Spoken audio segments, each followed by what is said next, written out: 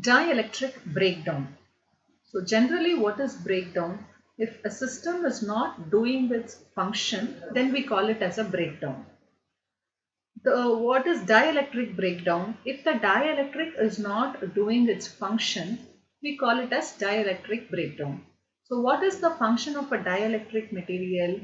The first function, it is going to prevent the flow of current through it, and of course it is going to store electrical charges. So if the dielectric material is going to allow large current to flow through it, then that is what is called dielectric breakdown. Okay, so when that will occur, when large current will flow through it, we know that we apply an electric field. So if the applied electric field is going to exceed a critical value, then a large current will flow through the dielectric material. So when we say large current flows through it, it means that the dielectric is going to lose its insulation property and it is going to behave like a conductor.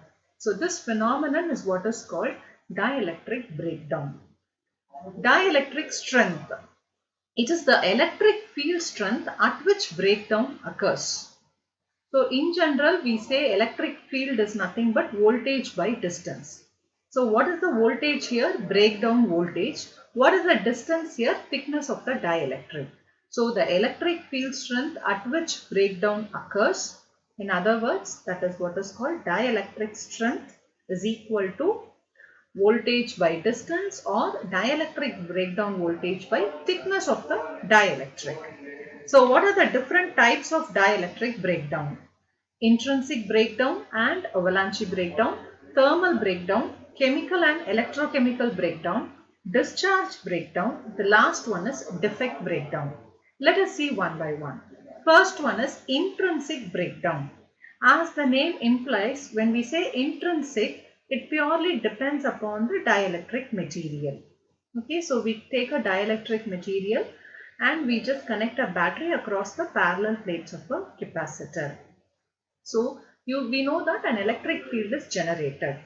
Suppose this electric field that is generated is going to exceed a critical value, then there is going to be breakdown, meaning a large current will flow through it. So how that breakdown occurs? Some of the electrons in the valence band cross over to the conduction band across the large forbidden energy gap. So once electrons cross over from valence band to conduction band, they are available in conduction band, hence they are free to conduct current. Thus, they produce large conduction current.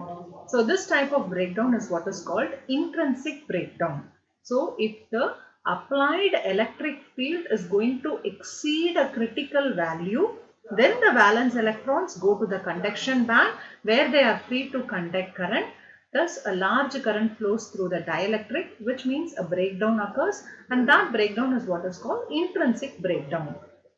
What is this avalanche breakdown? When we say avalanche, it is nothing but multiplication. So, multiplication of electron occurs here. So, what is happening here? So, we know that when the applied electric field is going to exceed a critical value, the conduction electrons, they are accelerated to very high velocity.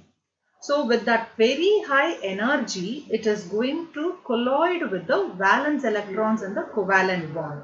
So once they colloid with the valence electrons in the covalent bond, the covalent bonds will be broken and the electrons, they will be left free. Okay, so those valence electrons on occurring this energy, they jump from valence band to conduction band.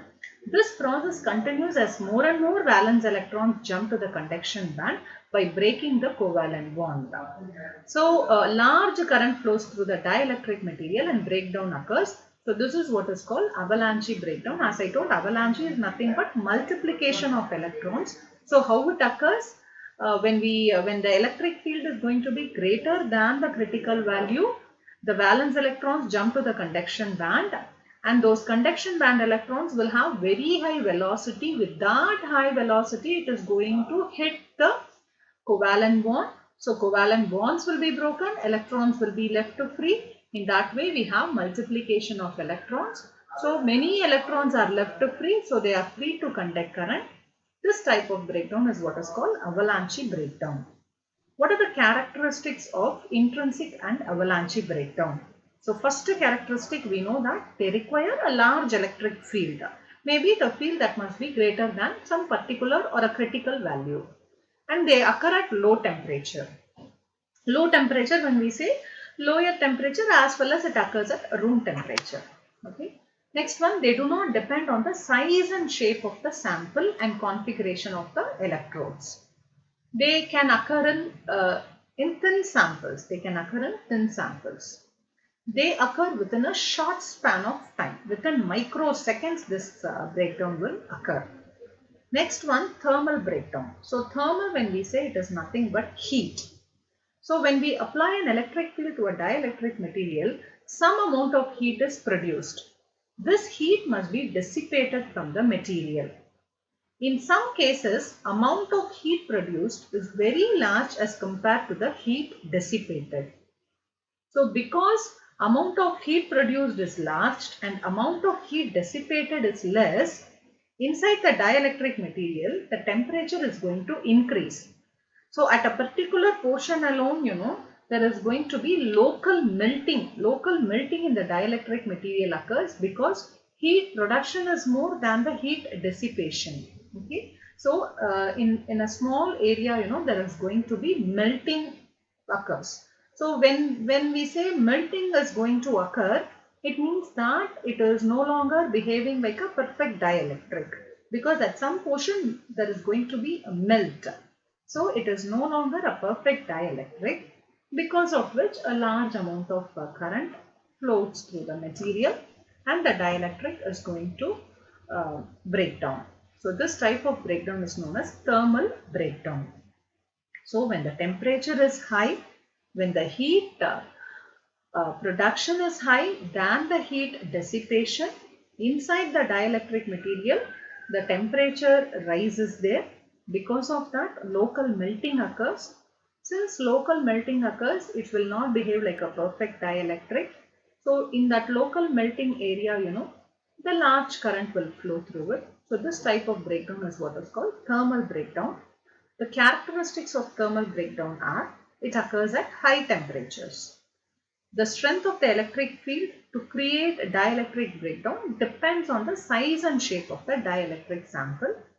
The breakdown time is of the order of few milliseconds, and this requires moderate electric fields.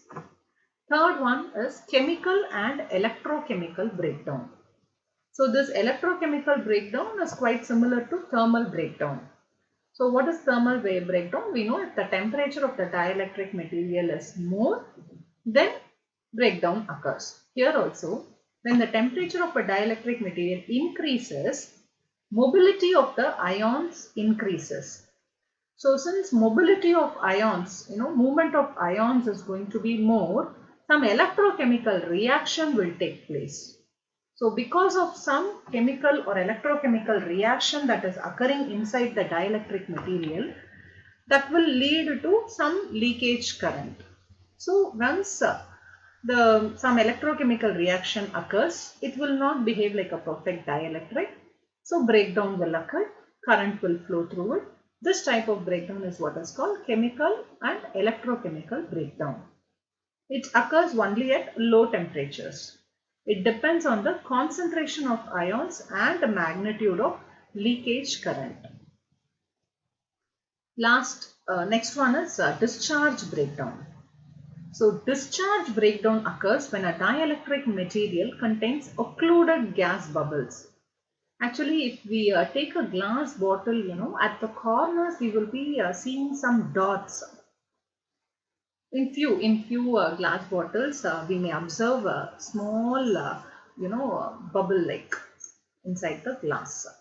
So that is what is called occluded gas bubbles. So if those gas bubbles are present in a dielectric material, then through that also there will be a current flow and breakdown occurs.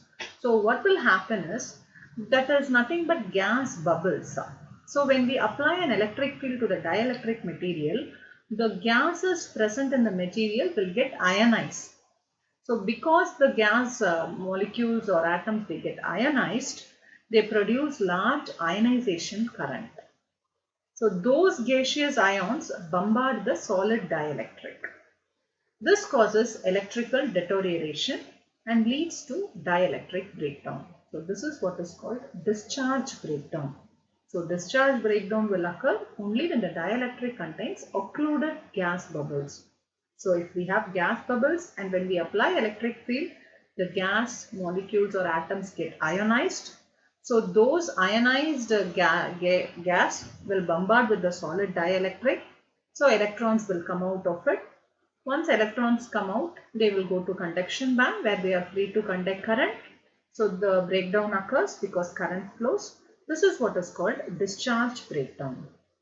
The characteristics of discharge breakdown: it occurs at low voltages. It occurs in the dielectric material where there are a large number of occluded gas bubbles. When discharge takes place at a point, the surrounding places are burnt and hence their electrical properties are affected.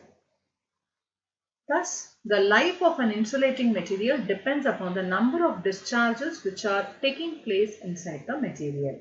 That is, it depends upon the frequency of the applied voltage. The last one is defect breakdown. So, if we take a dielectric material, there may be some defects which will be present in the dielectric materials, like there can be cracks or some pores or blowholes. So what will happen if we have those defects? Impurities like dust or moisture may collect at these defects. So they will no longer behave like a perfect dielectric because there are some impurities which are present in all those cracks or pores or blowholes. So since it is not a perfect dielectric, current may flow through it. This will lead to a breakdown. So this is what is called defect breakdown. Now, what are the remedies for dielectric breakdown? So, to avoid breakdown, the insulating material should have the following properties. First one, it should have high resistivity to reduce leakage current. It should have high dielectric strength to withstand the high voltage. Then it should have dielectric loss. It should have sufficient mechanical strength. It should be resistant to oil, liquid, gas fumes, acid, alkalis. Then it should have small thermal expansion to prevent mechanical damage. It should be fireproof.